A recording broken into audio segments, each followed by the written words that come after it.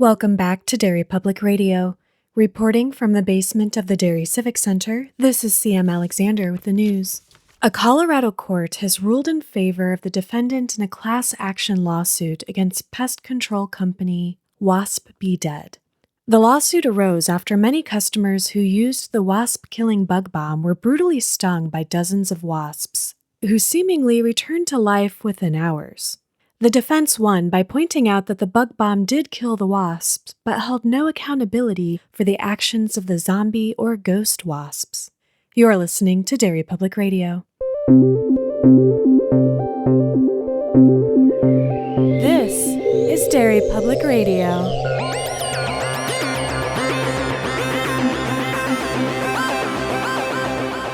Welcome back to Derry Public Radio, a bi-weekly Stephen King Book Club podcast. I'm one of your hosts, Joshua Kahn, alongside CM Alexander. Hello, everyone. And Benjamin Graham. What up, constant readers? And today we are covering our next selection in our Patreon selection series, The Shining, selected by Aidan White, and we are reading through chapter 19 with CM leading our discussion. CM, take it away. I mean, thanks, Josh. I'm just so scared because this is an important book, like it. And wait, why do I keep leading these? I'm really nervous and I want to do a good job. But at first I have to admit something to you guys and our listeners, because we always talk about whether or not we have read the book before. And I said I did.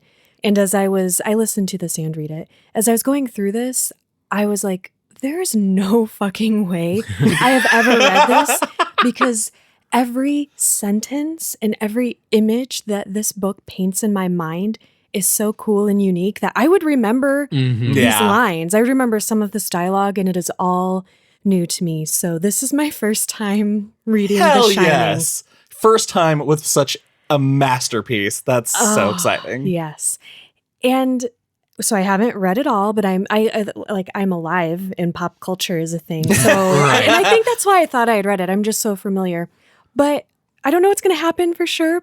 But I have to say that I am really fascinated by how we are introduced to Jack, our main character, Jack Torrance, because the first chapter is titled Job Interview. And the very first line is a thought that Jack is having about the man, Stuart Ullman, interviewing him for a job. And it's like, we're told right away what kind of person Jack is with this thought. And I'm curious, do you guys think that his first impression of Ullman is fair? Absolutely. Oh my God. Ullman's a prick. I mean, yes and no. I think he is on the money. Ullman is just kind of a little bit of a dick that we see as he treats the other staff of the hotel. He's an asshole. That said, I do not think if this had been another person, he would have had a different thought. Because the opening line is a vicious little prick, which is not a kind thought. And he thinks later, as he's like kind of running down, Ullman's a stuffy little guy in a little suit. He has the thought, he doesn't think that he would have a different thought for other people in the situation that he is in. And you're like, oh, he's in a bad, like, yeah, of course he's not going to like it. But once we find out why he's in the position he's in, is another huge reveal of what an enormous piece of shit Jack Torrance is. Fully agree. Okay, thank you. Because I'm like, God, is there something wrong with me? Because I get that this guy is a dick, but I'm also like, he's really efficient. Well, and if you were a good employee, like, yeah, he might be annoying and mean, but I don't know that he'd be a bad boss necessarily. Depends. He's not bad for the people who own the hotel. Like, This is the first time the Overlook has turned a profit in, like, 70 years, I think he says, something like that. Yeah. And it's taken all this work. He's great at what he does, but there needs to be someone between him and the people he has to deal with under him. There needs to be a middle management position at the Overlook. So just for anybody listening, we're probably going to go, or I'm going to try to have us go, who knows what'll happen, into a little more detail than normal, details that I'm worried might seem mundane, but the book is so instantly fascinating. And somehow every paragraph in it notes something that is immediately recognized as important, or you just know that it's going to become very important later. The writing in this, I read this in sophomore year in high school. It's the only time I've read The Shining. And I remember really loving it. But the level of King's writing in this book is anyone that has ever said, I don't like King, I want to give them a copy of this book. Yeah. And be like, this is his best just prose, in my opinion. It's astounding. It's absolutely amazing. One thing that is, as you're talking about the small details, as Ullman is describing the Overlook and like the layout, the blueprints of it, it's so cool to me because I've been to the Stanley. Yeah. And the way he describes it, like I see it because I've been there. And it's so like cool. such a cool feeling to be like, yeah. Brag. In fact, the copy of my book I'm reading about at the gift my shop of God. the Stanley. Amazing. Okay, good, because I have a lot of detail about the hotel itself because it's clear to me, unless I'm wildly wrong, that the hotel is as much a character as the human people in this Absolutely. Oh, book. yeah. Okay, perfect. So we are at the Overlook Hotel. Ullman is showing Jack the floor plans with extreme pride. Would one of you like to kind of describe this hotel layout for us so far? Well, let me go back to my mind palace Oh since my I've been gosh. there. No big deal. Your mind palace. Wow. Don't call back Dreamcatcher while we're talking about The Shining. That's wrong. my warehouse. Yeah, it's 3 floors, and the main floor has, the reception desk. Off to one side is the Colorado Lounge, which is where they'd have music and parties. On the other opposite side is where they have the grand dining room and all this. Downstairs is where they have the kitchen, and they have the boiler, which we'll In the basement. get to a lot in the basement. And then there are 3 floors. And on the top floor and on the 3rd floor, which is a view I would desperately love to see in real life, the presidential suite has a full floor-to-ceiling windows with a view over the west, and it's supposed to be just breathtaking. But that's like the big sightseeing thing, big room that anybody would want to be in. Perfect. I didn't even need any of my notes. I took like really detailed notes on the layout just in case. Yeah, they give like the full on, this is how many rooms are on this floor. Here's how many rooms are on this floor. And he gives that. So I'm like, is this just part of his personality or do I need to know this? So very shortly, we come to understand both why Jack describes himself as a reluctant interviewee and why Ullman doesn't seem to want him there. We learn that the reason Jack is looking for a job is because he used to be a teacher, and he is not anymore because he beat the shit out of one of his students. We don't learn We that don't at this know that point. yet, though. It's just this vague thing. He But had it an is- incident, is Yeah. what they call it. A violent incident. Enough of an incident that Ullman knows about it Yeah. and thinks, you're a bad fit. Andy knows that he's an alcoholic because Jack's friend who got him this interview, and actually didn't get him an interview, got him a job, Yeah. Albert Shockley, is on the board of directors. And he's also, we're going to get into his and Jack's relationship, but they go through a thing together and now they're both sober for now. And so Ullman, I just think this is really interesting because he tells him basically like, I don't want you for this job. You are not the right fit for the job. Jack is instantly offended by this. And I think this is why I kind of like Ullman, because he has a very compelling reason for not wanting him, which he does describe to him. And he also acknowledges, like, you probably think I'm a bastard. Everyone who works here probably thinks so, and they're probably right. But kind of what you were saying earlier, Ben, I have to be to run this hotel, and I run it well. But before we get into more gruesome, grisly detail, Ullman gives Jack a really fascinating history of the hotel, starting with the date it was built, 1907 through 1909, by Robert Townsley Watson, who is the current maintenance man's grandfather. That's such a So weird awkward. line of descendants. And we also find out that this hotel is pretty isolated. Yeah, that during the winter months, the roads leading up to the hotel from the city or the small town of Sidewinder, Colorado, are completely snowed in. And for how many months? They are going to be completely isolated in this hotel. Yeah, from late October, early November through April. And Sidewinder is 40 miles away from them, too. So even if, worst case scenario, they have to get to this, it's going to take a very long time no matter what. And another interesting tidbit, the Overlook has hosted all sorts of famous and powerful people, which we're going to discover more about that towards the end of the episode. And it hasn't necessarily had successful management. It's changed hands several times. It was vacant in the 30s and late 30s, early 40s, and very important for reasons that I'm sure we won't get into for some time. The Overlook has a roque court and a topiary of hedge animals, which is also a big deal to Ullman. Well, it's not important. Don't worry about it. Won't come up again. No. So Ullman married the hotel in 1970. And basically, according to him, I said it on purpose. That was great. That was nice and subtle. You snuck it past me for a second. He is the only person to have brought the accounts into black. And then this is where things take a really cool turn because Jack's like, cool, this hotel is fascinating. You do a good job of running it. What does that have to do with you not liking me for the job? So let's talk about Ullman's reservations. Jesus Christ. About hiring Jack. Yeah.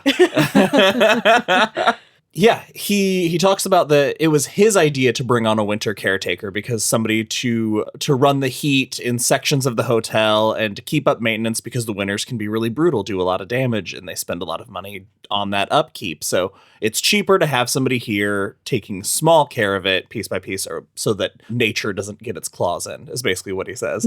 And he talks about the first hire they had, Delbert Grady. And he thought, this is great. He's a family man. It's him and his wife and his 2 kids, and they'll be able to keep each other company, and it'll be great. They certainly keep each other company forever in this place because he goes into full cabin fever and he kills his daughters and his wife and then himself. It's tough. It's not a good first go at the job. I love this does actually kind of say a lot about Ullman's personality, that he does say he had cabin fever. Hey, you know what that is, that right? Was, oh my God. Oh my God. It's so belittling. I'm more irritated with Jack's response to that because he's like, well, Grady didn't go to college and only stupid people get cabin fever because they don't have enough to do and smart people know better. Jack, this is the first time I'm going to say this, and I feel like we need a counter because I'm going to say it a lot. Jack's a bit of a prick. Yeah, no, okay, so I started off, with Jack as a huge piece of shit. And I would just like to take a second to apologize to Louis Creed. Because I had the exact same feelings about Louis fucking Creed that I did about Jack Torrance, and not earned by Louis. I don't Jack know, man. Fucking earns it. They seem like they would be buds. They have similar personalities, something about them. And I didn't think about it until you mentioned it. Switch those characters in these books, and yeah, I bet they go fairly similarly. Yeah, probably. I gotta say, I like Jack. I know you do. I figured you would. What does that mean? I don't know if I like the implication. What I like about Jack is how much he wants to be better. Like that, you root for him so hard because we've discussed many times on the show about seeing the person, not the addiction, and that is something we are seeing Jack going through. And he's still, still pretty early in his recovery, and just seeing in his internal modeling, we get when he reflects on some of the things we'll talk about later, and those thoughts get darker. You just want to root for him so hard to fight against it because you see where he let himself go and how far he really doesn't want to go back. Yeah, no, I don't want to be misunderstood. Jack is one of the most fascinating characters we've got in the book. Yeah, you are absolutely right, Josh. It's interesting because, and I'm going to continue to say that Jack is a prick because it's like his brain is messed he's not. I mean, the alcoholism has nothing to do with him being a prick. He just inherently is kind of a prick. But I mean, Stephen King has very deliberately set up his internal dialogue so that we see how prideful he is and how he contradicts himself. God, that pride. How he lies to himself, how he lies to others. And sometimes he does face the truth. My sympathy for Jack, we'll get to this, but it comes out more not when I'm with Jack, and especially not when I'm with Wendy thinking about Jack, but when I am with Danny thinking about Jack, and then Oh, seeing the way God. Danny and Jack interact, it makes Jack a person you do want to root for, even if he doesn't help with that himself. Okay, so basically Ullman begrudgingly gives him this job because Al Shockley has power. Jeez, wow. And this is happening. And he's like, I hope there are no hard feelings. I'm just trying to be honest with you. I love that. I appreciate if someone was kind of shitty to me, but they're like, here's why I said this, and I hope you don't take it personally. I'd be like, I don't think I like you, but I get it.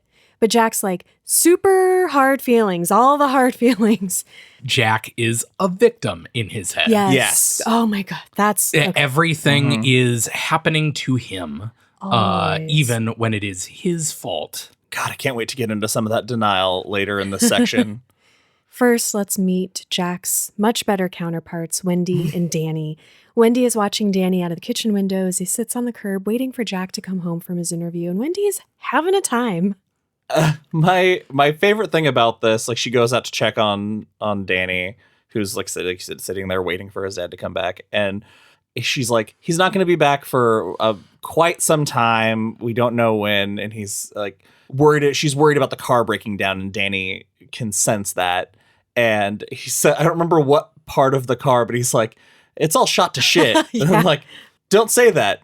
Fuel gauge or whatever the problem was. And he's like, no, shot to shit. Don't say that. It's I such loved a that. great. Yeah, the interaction and the casual family closeness between the three characters, even Jack later when he is being a regular-ish family man, is so endearing and so well written. You instantly care for these two so much, even though Danny is a scary fucking kid.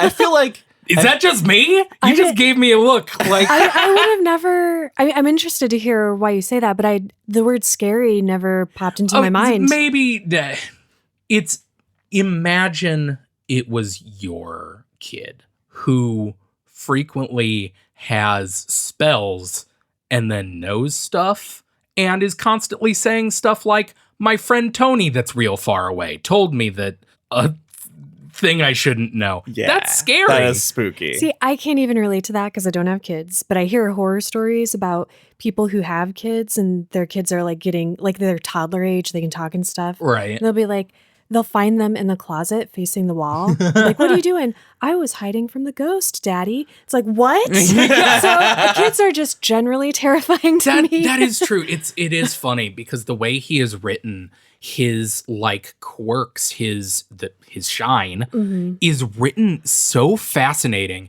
that it could easily be interpreted as Danny is just the most what's the word? Intuitive? Like intuitive, empathetic kid in the world, and he just senses everything. Or he has psychic abilities and can talk to ghosts and stuff. I think it's not scary because we get this understanding of what this experience is like and what these powers are from Danny. So we're not seeing it from their parents' perspective first and getting that moment of, why does he know that? That would be scary. Right. No, I don't think scary is the No, I know what you exact mean. word I'm looking for. No, that's He's good. just It made a me spooky think. fucking kid. Yeah. This is also where we get the first hint of Jack's pride, if that wasn't obvious from spending a few minutes with him. Because Wendy is really frustrated that he's out there doing this interview because Al was going to help him, but Jack didn't want to accept a, quote, handout. And so now they're being put in this situation and they're coming from a bad situation because of something else he did, because now they had to move. They're in this dilapidated apartment with neighbors who fight each other in the middle of the night upstairs. Danny doesn't have any friends, and it's not a good situation. You get the impression right away that Wendy's life is not turning out the way she imagined it. I just like her because she's a strong, thoughtful woman. Mm-hmm. And yeah, you definitely wish when you get some of their history and the fallout of something Jack does or did, you want to run up to Wendy and be like, just go. Yep. Just none of this had to happen. Nope. Yeah. You just don't want her to suffer anymore. Yeah. So Danny and Wendy are talking, and he asks an interesting question, something that Jack and Wendy have already talked about. Okay, if this comes up, if he asks, how are we going to respond? And they decided that they were just going to be honest and tell him the truth. Would one of you like to describe what Danny asks and how Wendy responds? Yeah, Danny pretty much asks why they're stuck in this situation, really. Like you said, they're in a much worse place and he's away from all his friends. And she kind of straightforward just says there was an incident at your school where your daddy taught with a student and it turned out bad and now we have to go. And in her head, she's thinking about George Hatfield. He got cut from the debate team and then Jack saw him slashing their tires and hit him. And that seems pretty straightforward, but later we find out so much more about this story. I cannot wait. I know. And I bring this specific moment up because Wendy here says something chilling. She says, quote, sometimes he does things he's sorry for later. Sometimes he doesn't think the way he should. And it gets even more chilling than that when Danny responds with, did he hurt George Hatfield like the time I spilled all his papers? Ugh. And then Wendy's thinking about Danny with his arm in a cast, and she says something like that. So we're going to get to more of what happened with that later, but for right now, we just have this very simplistic story of why their lives are suddenly changing kind of for the worse. And this is the first time that we see Wendy thinking this kid's special. We don't deserve him. It's okay, so we're going to cut away from them for a minute. We're back at the Overlook, and Jack is with Watson, the maintenance man, or caretaker. He's giving Jack a tour of the furnace and a piece of his mind about Ullman. I trust his opinion more than Jack's. If Watson's that guy sucks, it gets super shitty, but... Yeah, we pretty much everyone that does talk about Ullman is yeah, that fucking asshole. The writing here is so freaking good because... So we just left Danny and Wendy having discovered that Jack hurt Danny. And when we come back with Jack, he's listening to Watson, but he's also plagued by Ullman's words that he knows Jack, quote, lost his temper. And then now we get more from Jack's perspective about what happened. Not the full truth, though. So he's thinking about this incident they alluded to, that Jack was drinking heavily and he'd been working on this play for a very long time. And he even admits at one point that he says he was working, but he was really shuffling papers is what it was coming down to. And he was just in his office drinking. He popped out for a minute, came back, and 3-year-old Danny is standing, having pretty much ransacked the office. Mm-hmm. And poured his beer on the pages he was working on. Jack's beer. Yeah, Jack's beer. I know nobody thinks Danny's beer. Danny's beer.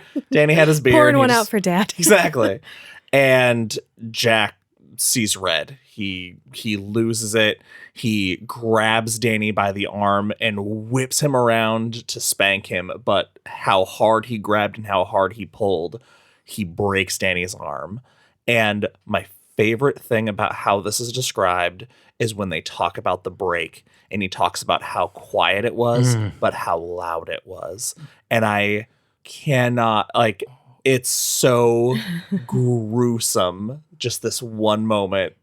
It's crazy. The brutality of the moment and the shock of it when mixed with the straight up sometimes poetic prose, it's shocking a little bit.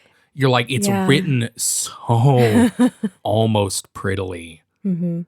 It's why are we describing something so horrible with such powerful imagery? It makes me jealous that I can't think and write that way. The writing is I think next level. I think it's because you want to get away from that moment because it's so brutal, but because of how beautifully written it is, you have to sit in it for a little while, and it makes it that much worse. Can I share what stood out to me about Jack's recollection? Yeah. He says that Danny cried a little when he grabbed his hand and bent it, and then he immediately corrects himself and says, no, tell the truth. He screamed. And that's right before describing the sound, this beautiful sound of the bone breaking, cutting through the fog of his rage, but he says it didn't stop the rage like you would think it would have. It only intensified it because it let him then feel the shame and remorse and terror. And then I was also just so struck when Wendy comes in and grabs Danny. And I just have to read this because it's so simply stated, like all of these parts, but so powerful. His eyes met the eyes of his wife, and he saw that Wendy hated him. Yes, absolutely. Oh, if you guys haven't read this, if you're listening, you haven't read this, read it, because that doesn't even do it justice. I talk to a lot of our listeners that are like, oh yeah, I haven't read the books, but I listen along to a few. Stop the podcast. Stop the podcast right now. You have to read this. Yeah. I listened to this 3 times and I read it once. I'm enjoying it so much. Yeah. Okay. Honestly, we're almost a half an hour into this episode, and the family hasn't made it to the Overlook. It's like chapter 5. Yeah, it's like that's how much. But that's how much there is. Like, there's so much character building and backstory. You have to get all that front loaded here because of how King returns to these stories, giving you a little more information from a different character's perspective. All of these, it's like all of these stories are foggy memories becoming clear. Absolutely. That's my favorite part of this book, is how almost dreamlike everything feels, because it is just like floating between these 3 family members, and everything Danny says is like a dream. Like everything Danny does is very foggy and like floaty. Does any of that make sense? Yes, absolutely. And it won't make sense unless you've read this book. Right. Stop the podcast to read the book. There's no wasted sentence or moment in this book at all. I think we've said something else was like, the best written book that he's done that we've covered. I don't remember what it was. I feel like maybe now because this is. I feel like it was maybe Pet Sematary was the last book I've read that was like a revelation. So I want to point out something else while we're still with Jack, and we don't have to go into it because I could be wrong, but the Overlook seems to already have its hooks in Jack because he does something that he's going to continue to do later on that I only noticed here because I read it 3 times. Something that disturbs Wendy.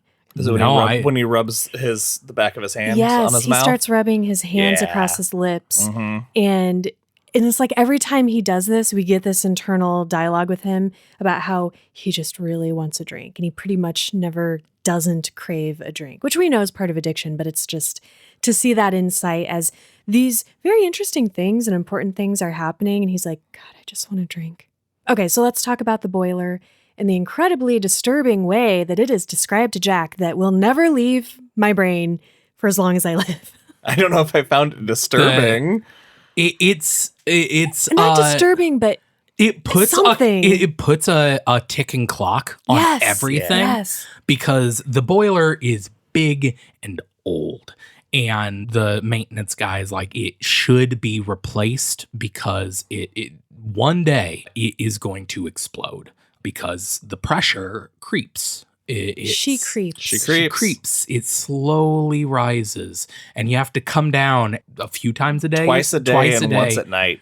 To lower the pressure, or else it will get bigger and bigger. And he says, I wouldn't come down if it were above. Because Jack asks the top. It can go to like 250 or something. Yeah, but he says, at this point, I wouldn't come down here if it was above 180. Yeah, he tells him to keep it no more than like 50 or 60. So she creeps. It comes up more, and it's just it's like I love it. It does give you a bit of a like, oh, this is gonna be important. It wasn't until later when it's described as the thing that will be forgotten. Yeah. Oh God, yeah. I missed that. I went, oh fuck. I somehow completely missed that. My particular brand of anxiety is such that this reality of what the spoiler does, if I was Jack, I'd be like, no, I can't. I will be obsessed. I live down here and I dump it every 20 minutes. Yeah, I know myself well enough to know I'm too forgetful to remember to do anything 3 times a day. You'd find my wasted skeleton right next to it before it exploded. Okay, so they move on to the plumbing, and Jack and Watson find themselves in a room with a very later spooky elevator and stacks and stacks and stacks of old papers and records. And Watson, who I really want to like and I enjoyed initially, so he just shows us what a simple-minded fool he is as he goes on about how gay dudes get sexually frustrated and have to come out of the closet, which he thinks means starting riots. Yeah. It's one of those, you're like, That is so stupid. I can't even feel anger because I'm just baffled. I can't even follow your train of thought. Can you imagine? Old-timey racist. Can you imagine if we had to hear people or see people talk about things like that in such an old way? I have to take a nap. God damn it. We get right here a much more explicit version from Watson about the Gradys and some other patrons who have had experiences there. Some scandals that Ullman's really good about keeping under wraps. All hotels have some ghosts. Let's talk about the attorney's wife and her young lover. I love this story because he talks about, like, we know that Ullman is good at his job. Everybody says that, even though they talk about how shitty he is, but keeping secrets swept under the rug is Ullman's greatest trick. And there was this woman who showed up with a much younger man and spent the whole time there, either up in their room or down having very loud and drunken conversations in the dining room. They're there for a few days, and then one day the young guy just gets in her car and takes off and leaves her there. And she freaks out, goes up to her room and downs a bottle of pills in the bathtub and dies. And then they have to call her husband because that's the first time we find out she has a husband. And has to tell this very rich lawyer that what happened, and they have to find the car and all of these things that Ullman had to handle. It's nasty. That's a horrifying secret to help cover up, but had the money, and the lawyer gave him money to help ensure that the police never reported the car stolen and they found it and all this stuff. Yeah, so that he wouldn't, because he was talking about suing them. He's trying to blame them for her death, the hotel. And Ullman's like, yeah, wouldn't that suck for you if all the papers were talking about your wife with a kid young enough to be her grandson? That's not the end of her story, though, because this deals with a maid named Dolores Vickery. I thought you were very excited about the name. Yeah. That pause made me think. God, what a name it is. What a name. He says that offhandedly a maid was in there and saw her and then quit and left. Which is the right call. Couldn't have possibly happened. Nothing happens in room 236. Wait, what room is it? 217. 217. Oh, boy. Also, she was fired by Ullman. She didn't quit. That's right. Yeah. Because she was freaking out, like talking to people about it. And he was like, nope, not having it. Here. Which, bad on him. So according to Watson, when you get on in years, the plan is to bang someone much younger than you while staying in a hotel and having a heart attack on top of them and dying, which sounds like pretty good way to go. First, handcuff them to the bed. Make sure it's not a hotel, it's a remote cabin. Somebody please pick that. Somebody please. But what's important to know, though, is that there are no ghosts. Like Watson, he doesn't believe in ghosts, so that maid just, was hysterical probably. Probably should have slapped her, and then she would have been fine. Geez. She was hysterical. As they're wrapping up the conversation, Jack has a thought, and here's a line that creeps me the fuck out, which I feel like I just keep saying over and over again. He's thinking about Grady going quietly berserk and killing himself and his family, and then he thinks, Jesus Christ, man, did they scream? And then Jack thinks, poor Grady. He shouldn't have been here, and he shouldn't have lost his temper, which is a horrific and terrifying reflection of Jack thinking about how he sometimes loses his own temper. And then he's like, God, I need a drink. Yeah. He sympathizes with Grady first. This book doesn't hide the finale. No, it's still a great journey, though. So much of the bad that's coming. Like, even remove the general pop culture knowledge of The Shining from your head, and it is just so obvious where this is all headed. Yeah. And yet the dread that hangs over every fucking page of this book just draws you in. It's the Hitchcock, you show the audience the bomb. Yeah, it absolutely is, because you know that Jack doesn't stand a chance. Yeah. And in my notes is like, this is my first real, they're fucked. Okay, you guys, we have lots to unpack in this next section because we're back with Danny and we're about to figure out what exactly it is that makes Danny so special. What we've been talking around this whole time. Danny is how to discuss Danny. How old is Danny? 5. 5 years old? That's crazy. My nephew's 5, and imagining him Shining is terrifying. That's why you said earlier scary. Yeah. So Danny is very perceptive. He picks up, and he's at this point we find out that he is terrified of, more than anything in the entire world, the idea of divorce. Fascinating, his take on it. I love it. Because he has sensed this word. And I think he even says, like, a friend of his parents had gotten divorced. Yeah. They had to go to court. Yeah. He wasn't sure what kind of court, like a tennis court or yeah. It's all his thoughts are all written so perfectly childlike. Mm-hmm. Like, it is all kind of the vague understanding of the adult world that a 5-year-old would have. Yeah. But just the idea that he knew his daddy was doing the bad thing and that it was driving them to think about divorce. And at first you're like, oh, he's just a bright little kid. Except that sometimes when he thinks about it too hard, he will go away and talk to his friend, Tony. When he thinks about anything like too hard, or when he tries to figure out what other people are thinking, when he tries to hear them. Yeah, because he has like a low level constant buzz of other people's thoughts. Yeah. And when he focuses too hard on it, he goes into this trance. And it's the best part of the book, in my opinion. The transition of him thinking of just the book explaining and giving you this insight into Wendy and Jack's marriage. And then suddenly you hear, Danny.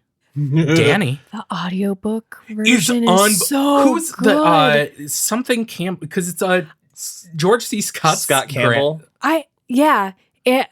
Okay, this is just for the ladies, and I'm sorry about how creepy I'm about to get, but dude has a great voice. He has a fantastic, amazing so voice. good that I looked him up because I'm like, I want to know what he looks like. But yeah, the audiobook, highly recommend just for the reading of these perfect. segments. It's because so the perfect. way he reads Tony's, Danny, I was like, Don't go. Danny. It's so don't creepy. go. It's so creepy. amazing. And the way Tony appears to Danny, because he is never close. He is seen at a distance. Like a and silhouette. Just imagining like Danny in the front yard, and he says he sees him 5 yards down, which isn't even that far away, but it is just far enough away that if you imagine someone standing in a yard yelling from 5 yards away, don't go. Ah! Yeah, I that's didn't fucking know horrifying. that I had a phobia of people standing about 5 feet from me. But now I do. Yeah, it is I No, that was great. yeah, it's just I struggle. I think the hardest part of talking about this book is just the writing. Doing the it prose justice. is Yeah. so good and like dreamlike is the best way I can describe it. This is one of those books that I feel like we've talked before about how we all imagine certain scenes differently. I would bet of all the books, we have imagined almost all of this book exactly the same way because of how descriptive and imaginative it all is. Something that made me really sad in this segment, though, because Danny is, I think it's right before he goes into this trance, he's thinking about the word divorce isn't as prevalent in his parents' minds ever since Daddy punished him for messing the papers in his study and the doctor put his arm in a cast. And I'm just incredibly upset that Danny thinks that was punishment for doing something bad or wrong. Jack is a bastard. Yes. No, Also, kids' arms break real easily, I'm told. They're hollow like bird bones. Yeah. Well, you have a kid. I just have to yeah. assume you're right. I also like the line about him being worried that his mom, this is so cool, will pluck the word divorce out of her brain and drag it out of her mouth, making it real. Damn. Yeah, That's because just so it's not even a cool. word that has been brought up in the house. Jack and Wendy have not No. discussed it between each other. It has just been this oppressive cloud hanging over the house. And thinking of a psychically gifted 5-year-old just sitting in that oppressive psychic cloud is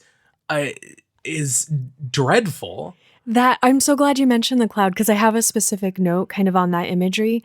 Because you said earlier he's thinking about the word divorce as like a constant undercurrent in both of his parents' minds, even though it hasn't been spoken. And Wendy's is centered around what Jack did to Danny and George. And Jack, this is incredibly dark.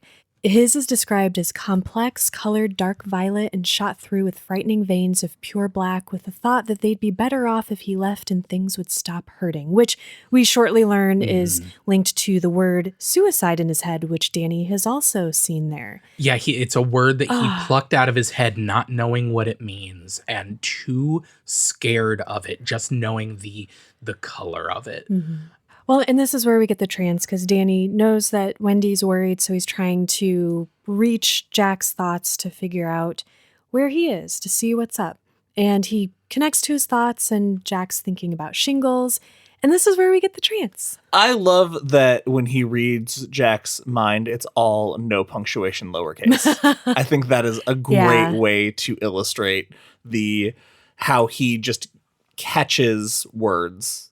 He doesn't have any control or filter of them. It's just raw thoughts pouring into his head. It's so awesome. So Tony calls to him, and Danny's usually pretty happy about seeing him. But now, for some reason, there's like this bit of fear associated with that.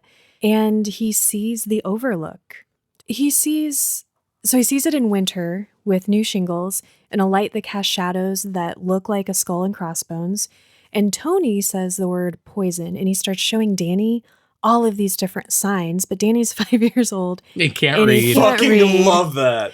And so then he's like in this room and he hears this hollow booming noise and footfalls, a booming noise.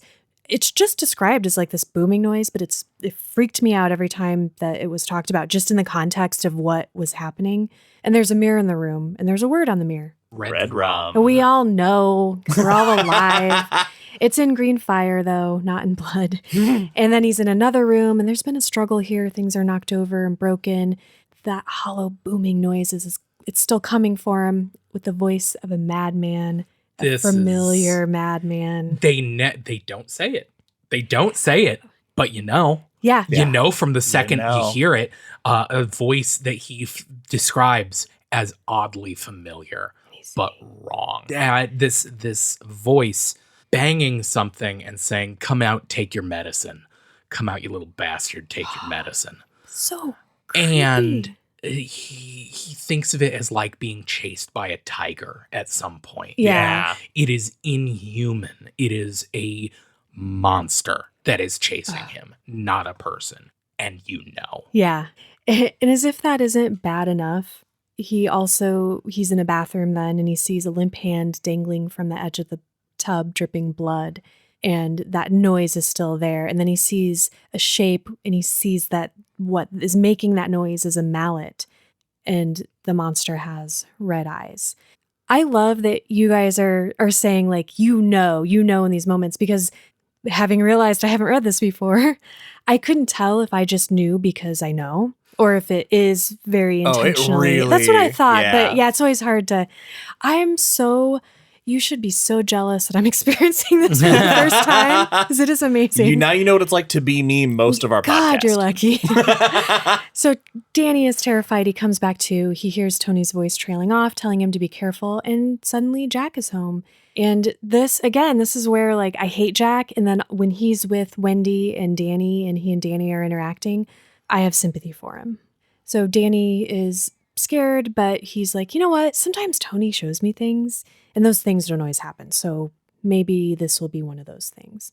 Okay, so Jack takes Danny, I'm just going to mention this briefly, to the shopping center so he can call Al and thank him, even though they have a phone at home, which he takes considerable time to bitch about how Wendy made him get. But then because of his pride, he doesn't want to make the call in front of her, even though he doesn't care what she hears him say. It's like the last thing he has to hold on to, he says. And I get that. Like with he's admitting to himself how he royally fucked up their whole lives. He even says another year and he would have had tenure. Like if he had been able to hold it together just a bit longer, he fucked everything up. So his pride is just the last string he has to hold on to. And it's doing him so many so favors. Good. I am proud of him, though. We find out that he'd only been sober a very short amount of time before getting fired, which brings us to Jack and Al. Do you guys want to talk about the bicycle? This part is amazing. I love this because it keeps the... Okay, how do I describe this?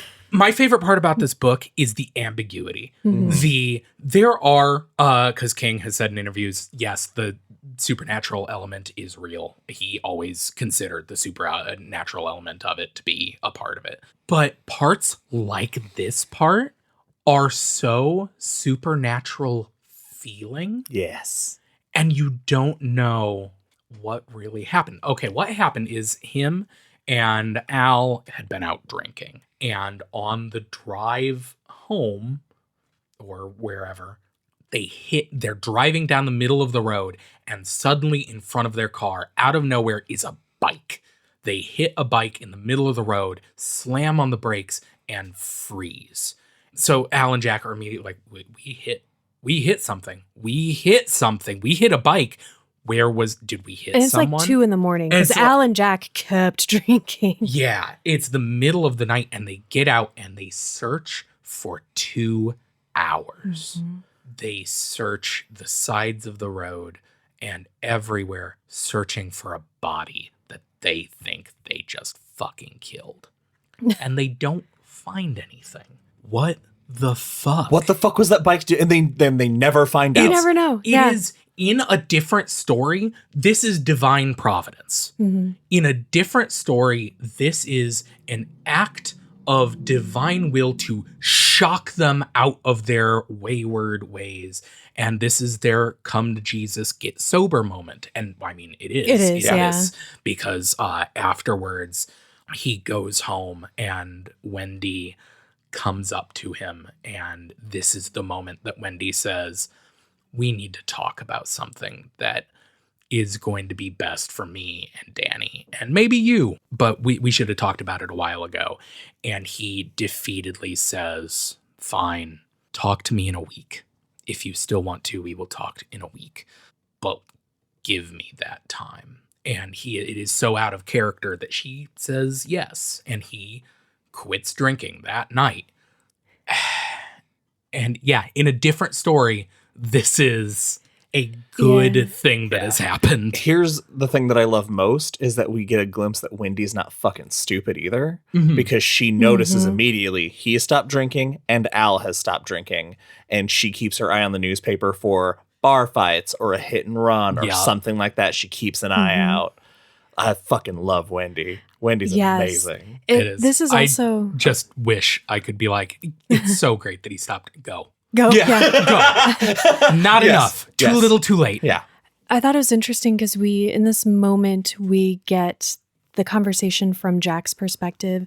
And when she's got her back to him, so he can't see her face, and she says, we need to talk. And he's like, do me a favor, just give me that week. And when he says, do me a favor, she says, what?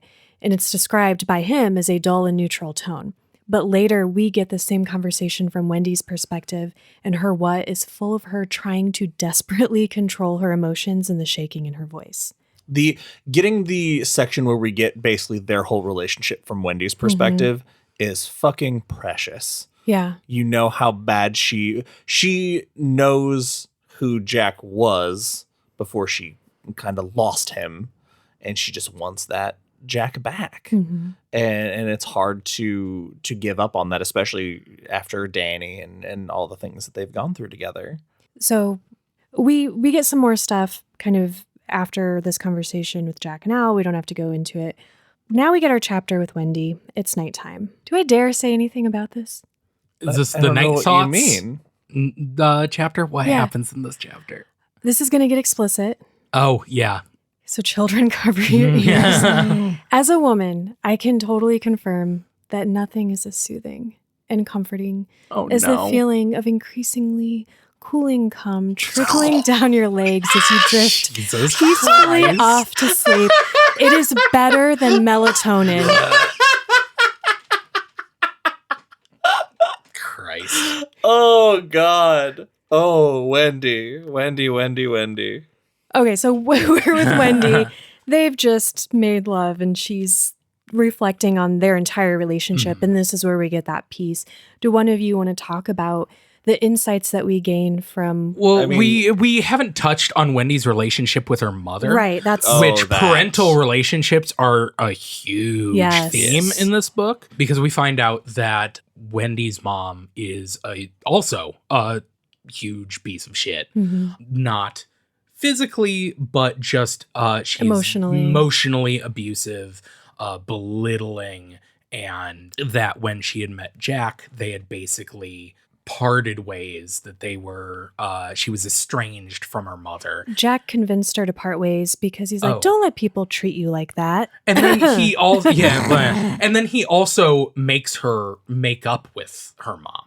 No, Right? Danny makes that happen, but that's not Jack's doing. Oh. I think you're thinking of he breaks up with her, like they take a break. Yeah, okay. Yeah, he tries to send her to her mom's, and she's like, yeah, fuck that. But yeah, that it's just interesting to get that relationship piece from Wendy because she's talking about how they met in college and everything, and he got her a job. So I guess I bring it up because he has a lot of control over her in her life, but from her perspective, and maybe this is how it's intended, he's helping her and he's doing things for her, but it's kind of giving him the upper hand in a way over her because he gets her this job, because he convinces her, don't let your mom treat you like crap. Like if you continue to go back to her, it is your fault because you're allowing this to happen, and so on. And the thing in their relationship that just like kind of devastated me was when he gets his first story published and they have people over, and I think they're still like kind of college age or right after that, and they're celebrating with a keg, and then that is done and they go out, and she was like, she didn't want basically them to. begs him to be like, you can't drive, you shouldn't do this, and he ignores. Yeah, he's like, oh, I'll be back soon, and he doesn't come home till like 4 a.m. He wakes up the baby, then drops the baby, and then tells her when she's like, dude, what the fuck? Tells her, oh, you're just like your mom. Yeah. But what killed me was that she was then like, oh God, am I like my mom? Because her mom turned her out when her dad left her mom. And she's like, I can't hold on to my husband. He had to take his joy out of the house. He didn't celebrate with me. He went out and got drunk. And I was like, yeah. we know addiction's a disease and it's hard, but it's just a hurt. But then his response at the end, the sullen, don't tell me what to do. Yeah. Is that's the first scene. Fucking hate him. You see the demon take hold. It's the first time that I think that's like the first big instance in their relationship that he kind of let that out. And we've also find out that Wendy would have left Jack if her mother was supportive. So, and this is also where we realize, oh, it's been 14 months that he has been sober. Okay, this isn't, I don't know if this is important. Wendy reflects on her giving birth to Danny. He was born with a caul, which I had to look up. It's a thing over their face. It's when a baby is born still in their baby holding sac. Placenta. Whatever.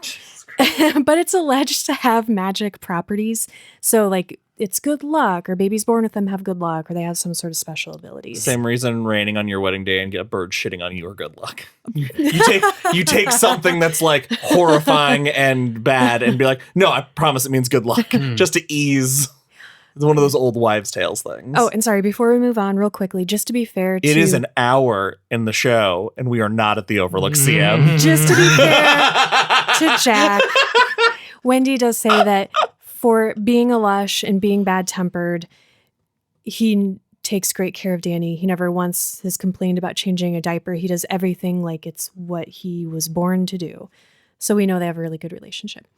Okay, so we're going to leave Wendy. She's got that exquisite gooiness cooling on her thighs. Ew. I didn't do it. Steve did it. No, Jack did it. Okay, we're going to come to part 2. He's been having nightmares. Tony's been continuing to try to warn him. The nightmares are so fucking cool. They're so great. scary. But they arrive at the Overlook Hotel. They have a rocky start getting up there because they're in the bug and it's maybe not the most reliable vehicle. And Danny sees the Overlook and kind of freaks out a little bit because it sucks. Is immediately like turns like He so knows. pale that his parents are like, what the fuck? What happened? Yeah, he knows it's the place that Tony was warning him about. So let's talk about their experience coming in as a family to the Overlook. We're back with Ullman. Before we I get like to that, Ullman in this section. Yeah. Before we get to that real quick, I scoffed because did you accidentally do a pun there? Was there a pun? I missed a pun. Rocky Drive, they're in the Rockies. Oh, dang it. You'll hear me when you do the edit go, "Oh." Sometimes magic just happens. I wanted to make sure that that we didn't skip over it if it was very important to you. I know sometimes they're on there. All right, sorry, Ben. I like Ullman in this section. He's just like, he's running around and Yeah. being just like a little busybody. Like, He's a little doing, businessman. Yeah. I don't know You get the sense of how much he cares about this hotel. Yes. You It's can't just, help but it's a respect little someone endearing. who takes pride in something they're doing and is good at it. Yeah. And so they're checking in basically and getting the final rundown of like how everything's going to go. They're going to be given the tour and all of that. Let's see, what's the most important part to talk about? There's so much, and I want to get to Dick I know Halloran that's the problem so I'm much. having right. too. Well, they see their quarters and nothing really. There are these just cute family moments Yeah. that we have here that we won't go into because then we'll never stop talking about this book. But Oh, I know the one thing out of this beginning part I want to talk about. First of all, did she have nice hedges, Daddy? Oh Great my moment, God, yes. great conversation, because part of the reason Jack got this job is because Al Shockley knew he trimmed topiaries and stuff when he was in college. Great conversation, a most adorable thing that happens. That conversation directly in the ABC Shining miniseries, and I love it every time. oh, is that important then for what No, Jack it's just a missed? really fun joke. 'Cause It's just like a really cute conversation. But as they're looking at that, he misremembers Watson telling him that the hedge animals creep, and he's like, "No, it's the boiler that creeps." Yeah, not important. Oh my God, I feel like you're lying to me. Probably not important. Probably not important. I don't see why anybody would mention it. But the thing that I wanted to point out is I'm going to read a quote here. It says, Danny didn't know the word isolation, but if someone had explained it to him, he would have seized on it as he's looking out over the topiaries and the rote court and all that stuff. And it's fucking beautiful. I love it. Okay, we can do it now. We can talk about Dick Halloran. The hero of the black spot incident in Derry. Yeah. Yeah. We've heard about Dick Yeah, before. we've heard about Dick is the reason we have Mike. Yeah. That's true. It's great. I love it. We meet the Overlook's cook, which Wendy thinks is really weird. Yeah. Which it is. It is. Kind It's of. absolutely weird. Because she says, cooking is what I do in my kitchen. A big fancy hotel like this should have a chef, a small portly man with a tiny mustache. And a tiny rat under his hat. to Yeah, help. exactly. Or a tiny raccoon. Yeah. But instead we have Dick Halloran, a tall, older black man who is immediately the most lovable person. So fucking Yeah. great. I want to be best friends with Dick Halloran. The relationship between him and Danny is so instantly The delightful. first thing he says, like almost the first thing he says, he goes down he talk to Danny before anyone else and says, Hey kid, how about you come down to Florida with me? Yeah. So Let's great. get out of here. We're going to Florida, you and me. How about it? We'll cruise for some ladies. And it is instantly so endearing instead of terrifying, like an adult man telling your children he wants to take them away. And he calls him Doc, which is, we haven't mentioned it. It's a nickname that Wendy and Jack use for Danny, which they did not mention in front of him. Yeah, I love that they clock that both immediately, but let it go. What do you guys think of when Danny, so he's been giving them this tour and he's very wonderful and kind and you just love him right away. What do you think about how he gets Danny to say his name? I love it. It's so great. because he's like has already spoken into Danny's head once, but didn't hear anything back. So he just takes this next step and he pretends to forget his own name. And Danny chimes up and he's like, "It's Mr. Halloran, or Dick to your friends." And he's like, "That's it." And Jack's immediately like, "Did he say his fucking name?" Fucking awesome. We also, I don't know if this is important, so I'm going to mention it. We find out from Halloran that the son of the man who built the Overlook was killed in a horsing accident on the grounds, like as it was being built. And the man who built it got accidentally electrocuted. So there's like death and a tragic history. They got basically rose-redded. Oh, that's God. That's why that rings familiar to you. Thank you. Gross. Yeah, that's why we like this book so much, because of how reminiscent it is of Rose Red. It just makes you realize how when we did Rose Red, we talked about it was greatest hits. That's exactly. Yep. There's a piece of all of his greatest works inside Rose Red. This also might be important. I don't know. We go through the Colorado Lounge and Dick tells Jack, "If you're a drinking man, hope you brought your own because staff had a party last night. There is no alcohol in this building." I want to be at that party. Correct? Yes. Immediately, when just at the mention of alcohol, Jack flinches.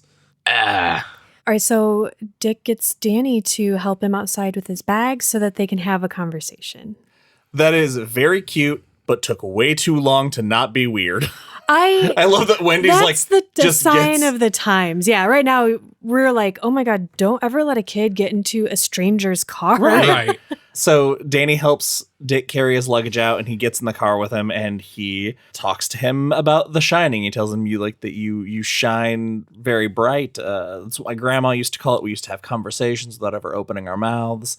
A lot of people might have like a little bit of it and never realize it. I think there are some people here, but people don't normally know the things we know and can speak the way we can speak. And how powerfully does Danny shine? Well, he fucking blasts the guy. He asks for it. Yeah, he's like, "Hey, I want you to just think at me just about hard as you can, and we're going to see how strong you are."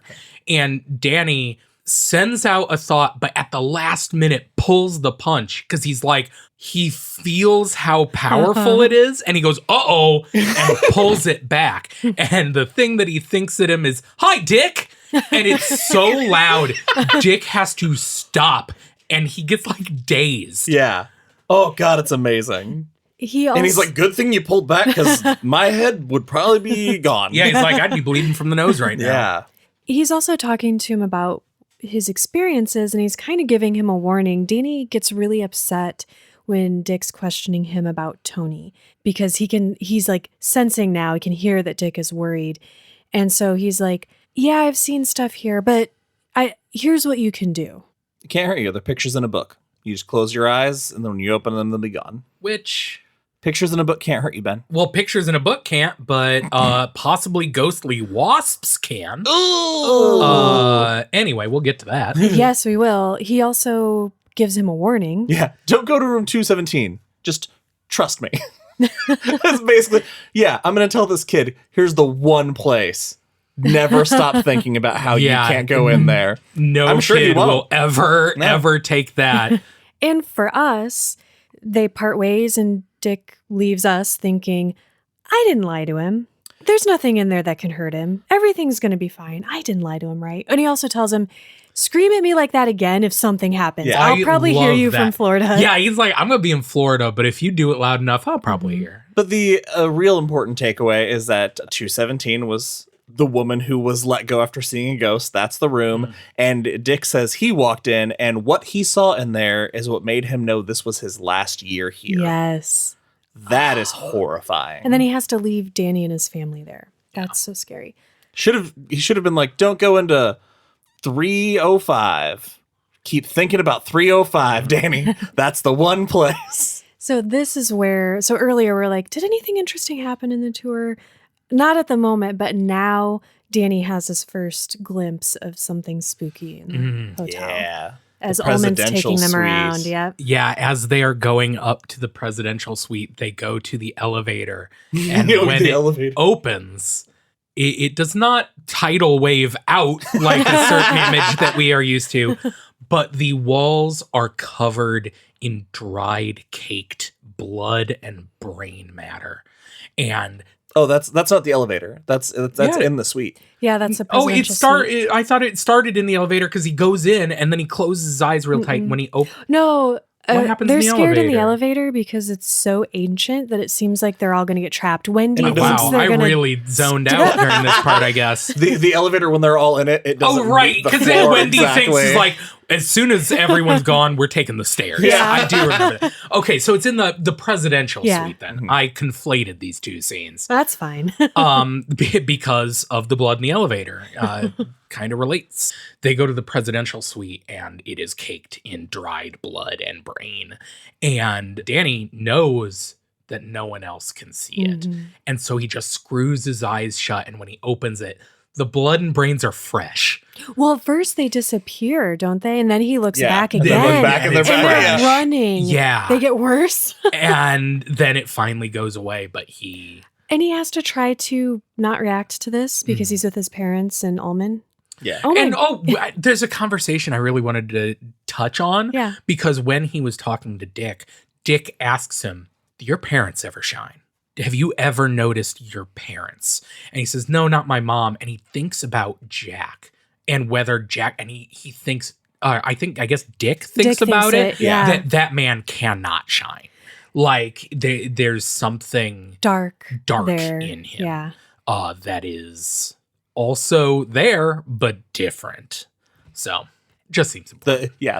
He has the reverse shine. He has an Yeah. absence of light. Yeah.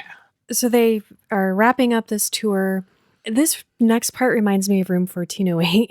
Danny is terrified by the fire extinguisher. I love that. Yes. It's just described as what it is, but it is ominous in a way that I literally cannot put words to. Well, and it's a fire extinguisher none of us have ever experienced. Yeah, it's Like, an old, Has a tiny hose. Yeah. fire extinguisher. And just sitting on the wall, Danny like moves around it because he's so afraid of it. Oh, and here's where you guys, I think you were saying that we forget about the boiler because they run into Watson. He wanted to remind Jack one last time that she creeps before he takes off. And when Danny hears the words "she creeps," they echo down a long and silent corridor in his mind, one lined with mirrors where people seldom looked. Beautiful. Love it. And then I'm not going to talk about that. I had some thing where I was trying to be deep and like make some sort of like analogy. Like this book is like eating ice cream, but it has really good candy in it. What the fuck? Yeah. No, I get that. No, yeah. Thank you. That Okay. makes perfect sense. All right, part 3. The wasp's So nest. sorry. I'm trying. This is why I said I was scared. I'm trying so hard. Wasp up with this Hold on. trapdoor. I love that ice cream is your A game. That's what I love. We know where your heart is. How do you make something good even better? Really good candy. Candy and ice You cream. missed my pun. I missed it. I said wasp up with this chapter. Jesus Christ. No, That's nope. a stretch. Well, I would have said it with more confidence, but I had to repeat it. The confidence is what was missing. You're right. Yeah, You're none of my absolutely right. puns are good. They're just all confident. Okay, so let's talk about we are in the Overlook. We've been here for 12 days or something. It's 3 weeks. 3 weeks, and Jack is hard at work. What I love about the scene, he's up doing the shingles, and he even says at one point, I could have done this. This could have been done days ago, but he's getting peace and tranquility up here. He's thinking about his play, and he's solving making progress. Yes, he's solving all these problems, sorting out these stories, and it's given him the chance to look back and really accept the ways he's ruined their lives. Yeah. Which is it's growth for him. It starts out you have this feeling of like things are Things are gonna going be so okay. well. Yeah. And he is thinking about how he feels like he is finally conquering this dark part of him. Can I? And sorry, you go. I'm sorry. No. This is lovely, but he totally undermines it. Yep, Okay, I was go just ahead. about because I You was mental just about to gymnastics. say it goes on for a few pages of how well the Overlook is helping him, and then he gets stung by a wasp. Oh no, I'm sorry. The thing I was Oh. thinking about before that, he's he's having all of this self-discovery and he's reflecting on his time at the prep school, and he thinks, okay, I did what I did because of this subconscious desire to be free of this place that was so comfortable that it was stifling my creative energy. And this is where we get him thinking of the things that these misfortunate things as things that are done happening to him. He's a passive participant. And I don't argue he's that a victim he feels like a own passive participant, but he kind of just, with all of his other behavior, it's kind of alarming. No, absolutely. Because he's thinking about how well he's doing. And the reasoning he is saying in his head is because I'm finally away from the things that made me this way. And he thinks about his childhood. And it's all finally, now that I've removed myself from the things that make me bad, I can be good.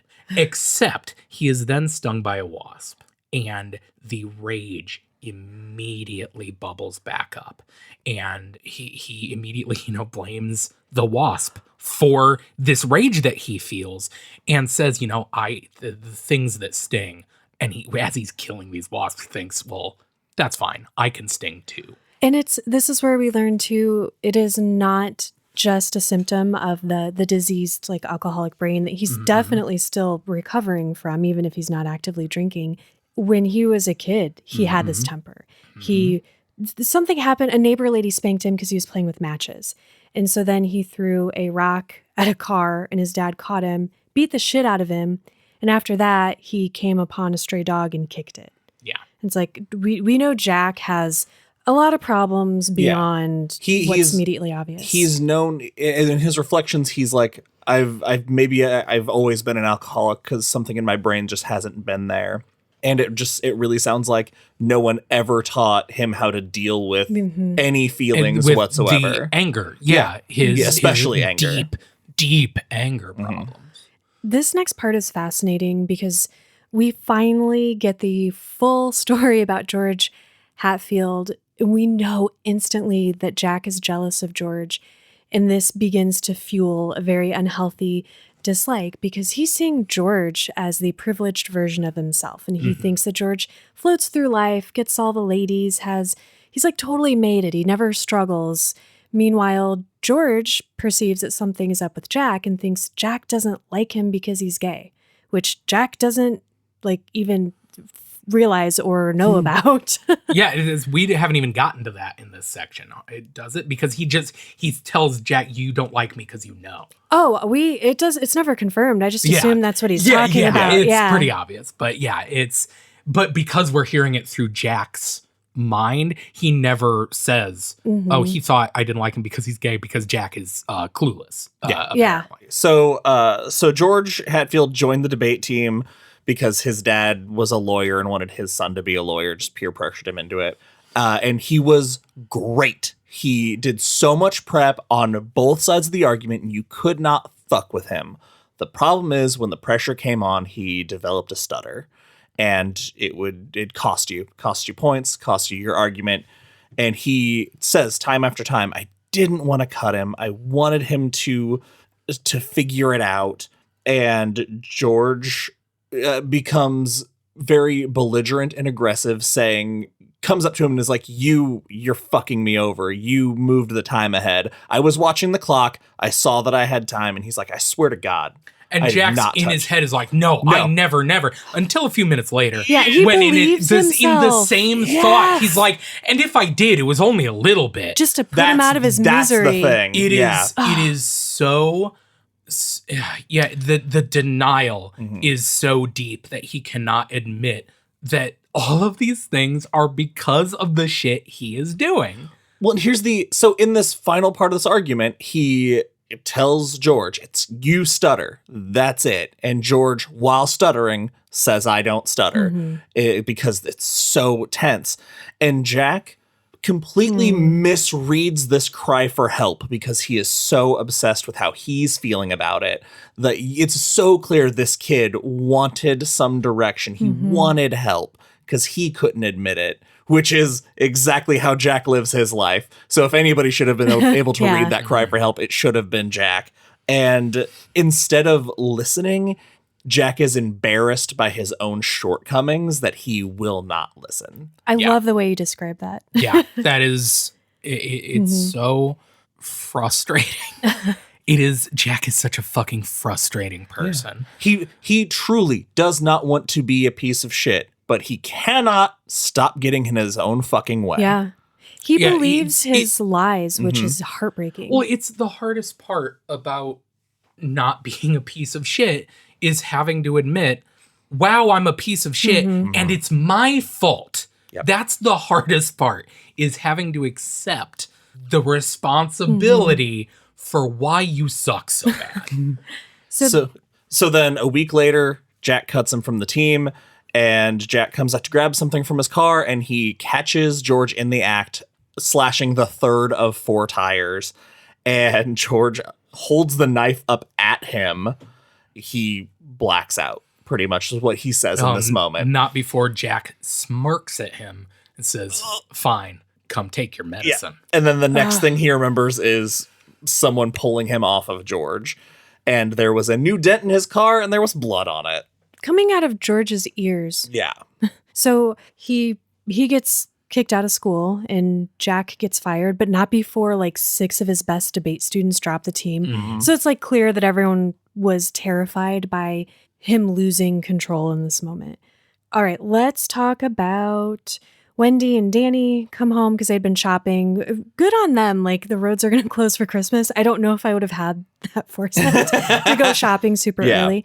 And Jack, I wondered so much if he actually used the bug bomb, or if because the way it cuts, we are with him, and then this thing happens, and then we come back, and it's like he sees the shingles and he doesn't remember doing all of them.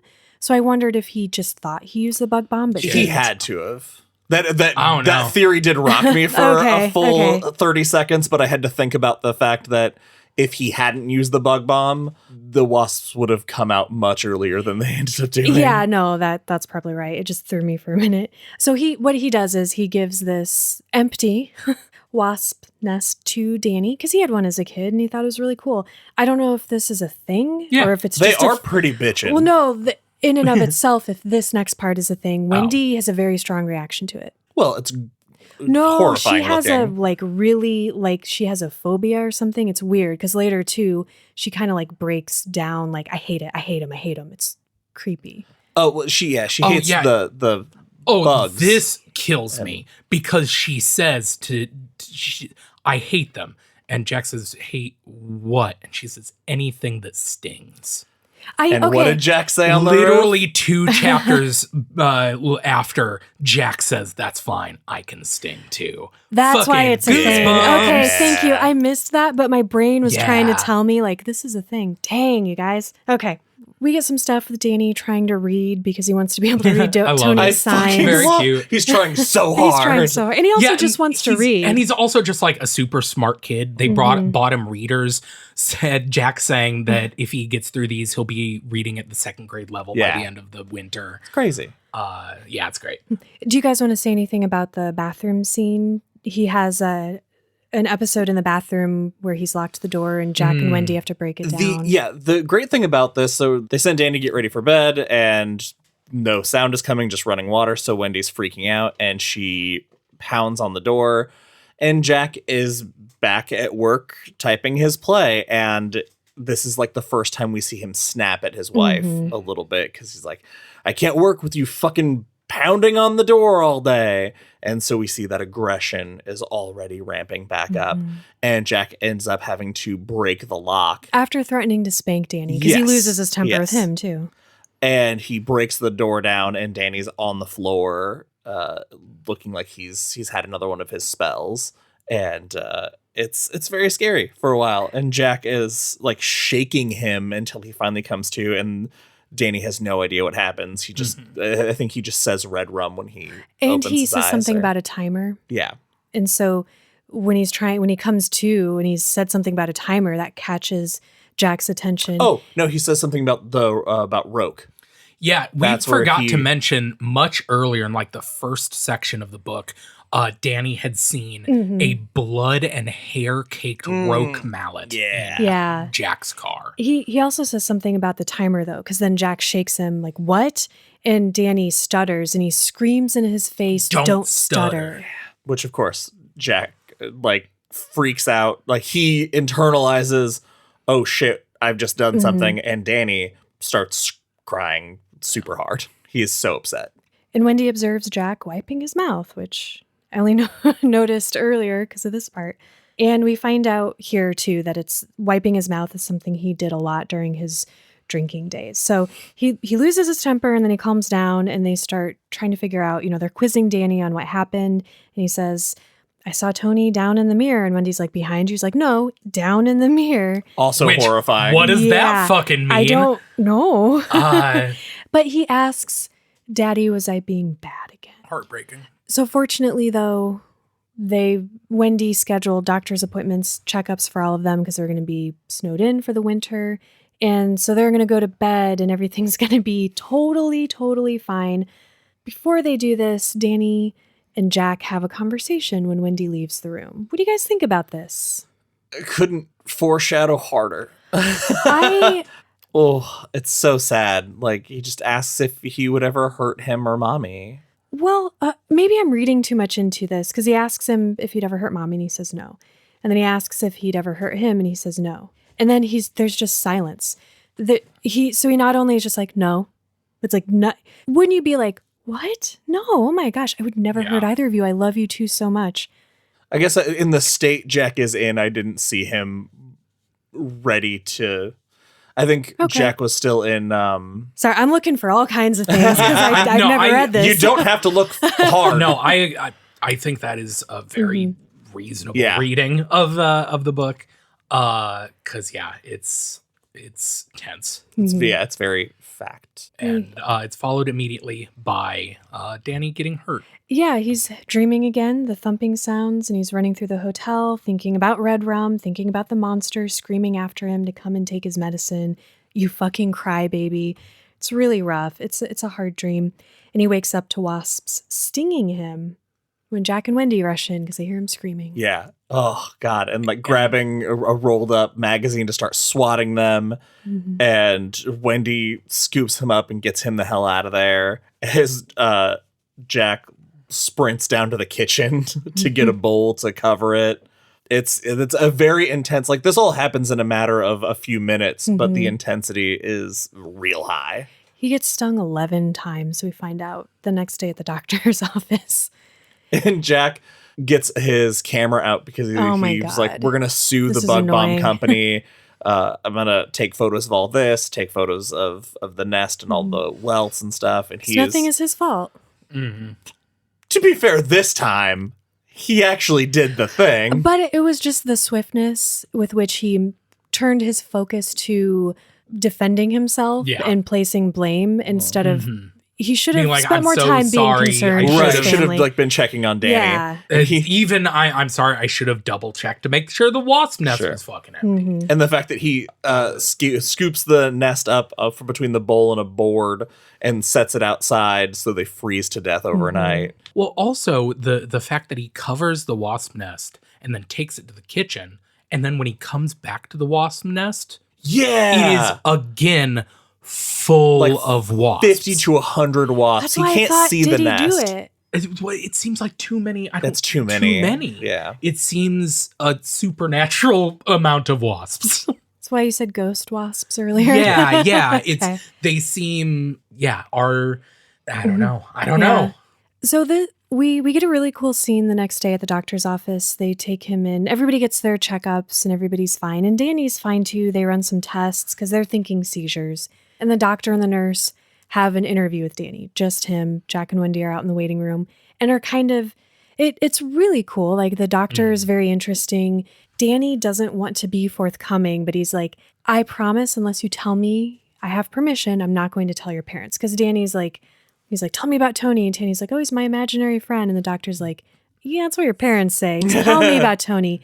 And Danny looks in his mind and he sees like filing cabinets, confidential. He sees, a doctor's brain of Which I love. Patient. That Yeah. just HIPAA. that image, the way that a 5-year-old would imagine confidentiality Yeah, it's of like, cool. these are all secret. I'm good. So he tells him about Tony, and then the doctor's like, hey, can you talk to him?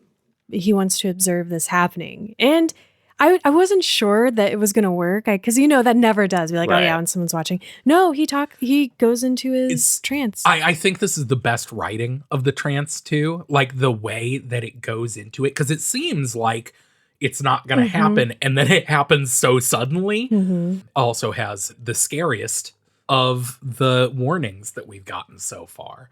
Because as he's having this vision, he doesn't see Tony. Tony does not show up. He just hears his voice.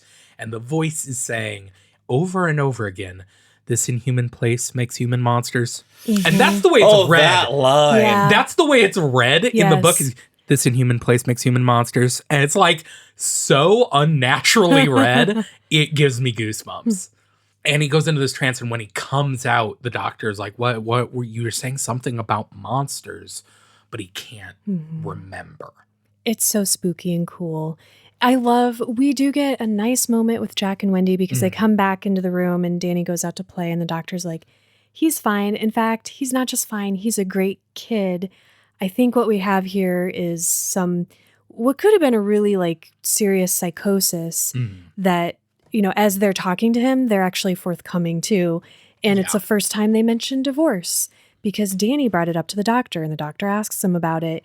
And they have this healing moment where they talk about things they've never said to each other, which they probably should have been doing this whole time. And you feel for them. Like, no, this is the just moment stay they at go, the doctor's God office." damn it, if only therapy had been invented in the 70s, this probably didn't have to happen. Because I love to, Jack he tells him he broke his arm. And he's like, I saw the break. It was set very well. Danny doesn't seem bothered by that part of what's going on. He's mostly worried about you guys getting a divorce.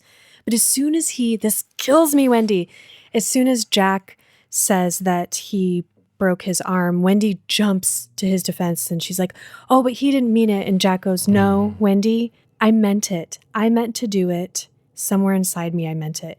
Good moment for Jack. I like him in this moment. It's like, yeah, finally. Yeah, taking some responsibility for the things he's done.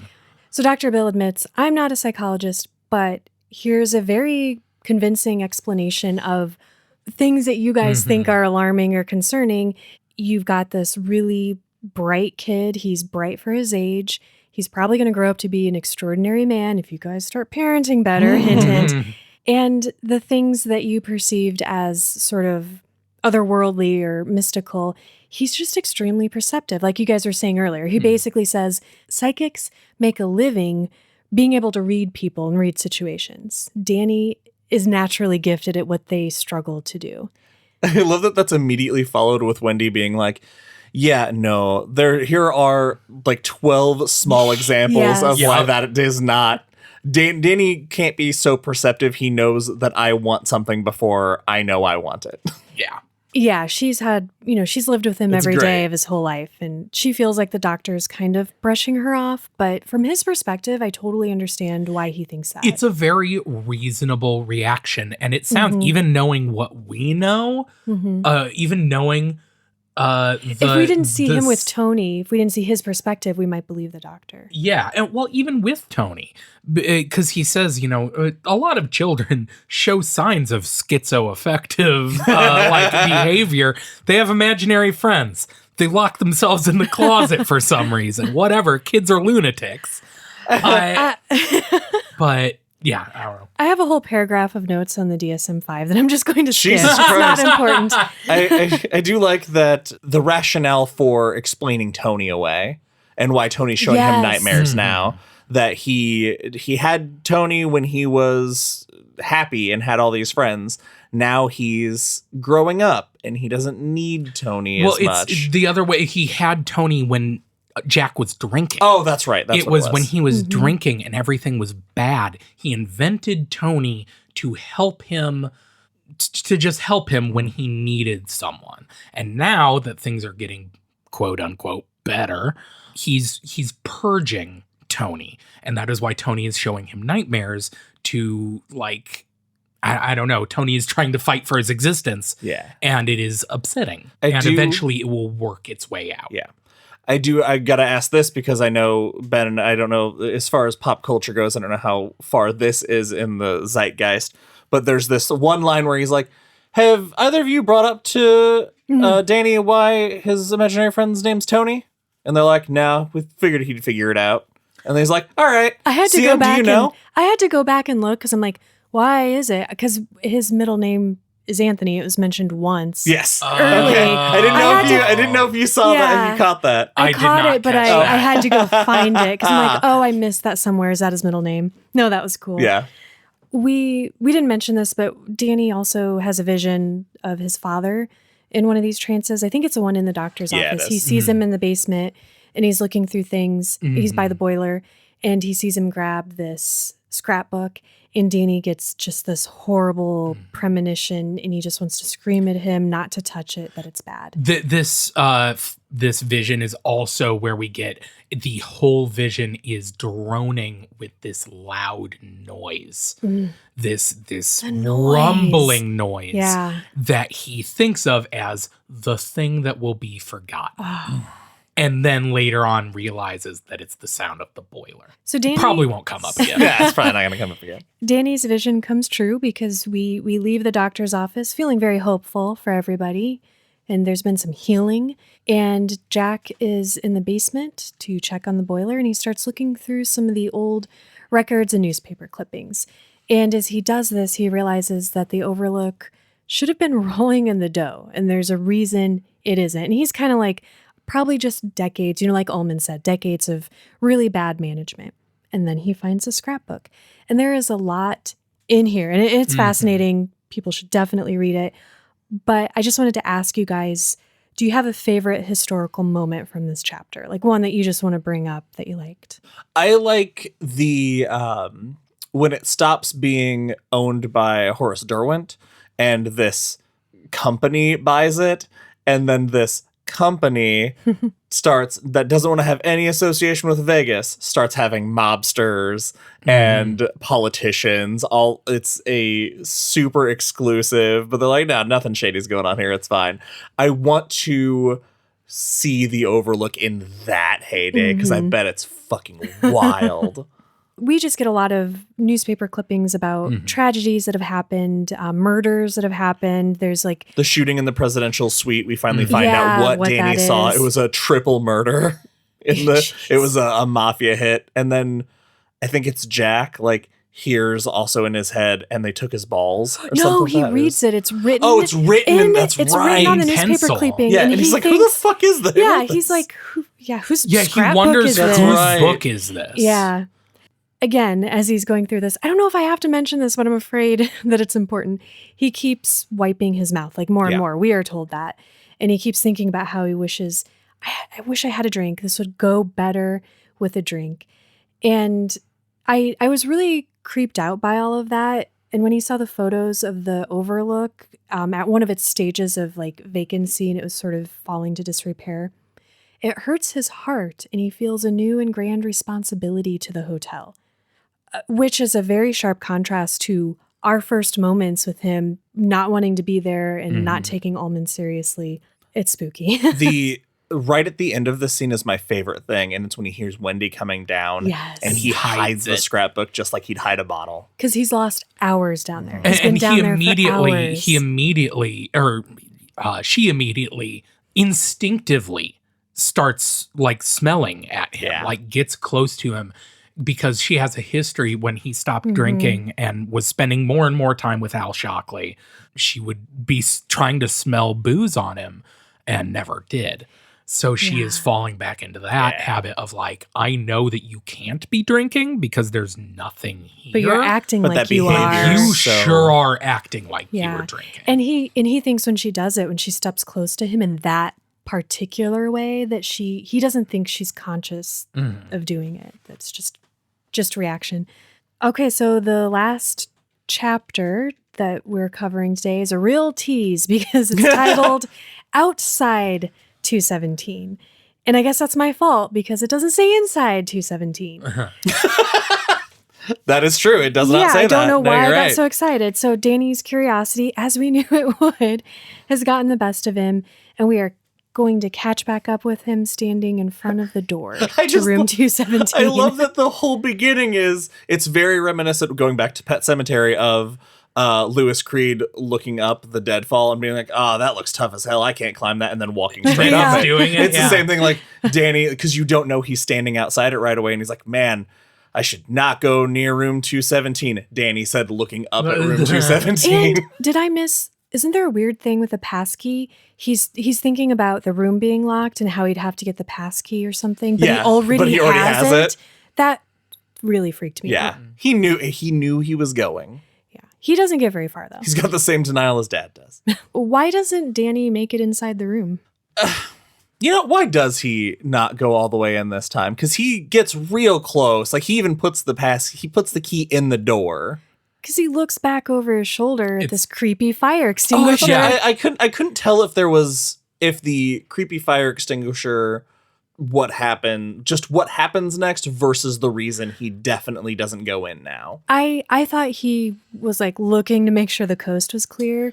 That catches, because he's not supposed to be there. Sure. And he's not supposed to have the key. That thing catches his eye, and then because we've gotten some imagery of this in his visions too, like something kind of jungly and viney and movement in the carpet. Yeah, he is on his way back. He's going to put the pass key back because he's a good boy and he's going to listen. And he is frightened that this thing is just going to leap off the wall it's at like him hugging like a the snake. Opposite side of the wall. Yeah. And he's about 10 steps away and the brass nozzle drops to the floor and the hose unravels. He's like, fuck. But it's a very real depiction of intense child imagination. Like, I'm sure we all played that game when we were kids. Yep. And so he's like, all right, this is dangerous, but if I just run past it, it can't get me. Like, I'm so much faster. And he makes a run for it. And as he passes it, he hears it chasing him. And he leaps over it. I love that he describes it as he jumped so high, it felt like his hair brushed the ceiling, even though he knows that's impossible. Yeah, that's just how bad he wanted to clear it. And he does not chance a look back at it because he knows that'll slow him down and then it'll get him. And he makes it to the stairs finally, and that's when he turns back. And it hasn't changed position. It's still laying there on the floor like it was. And that is where we are going to leave this family for now. Boy, what a lovely place to leave them. Right. That's it for this episode of Derry Public Radio. As always, thank you for listening. Join us for our next episode where we will be covering through chapter 37. For Benjamin Graham and CM Alexander, this is Joshua Kahn reminding you, sometimes human places create inhuman monsters.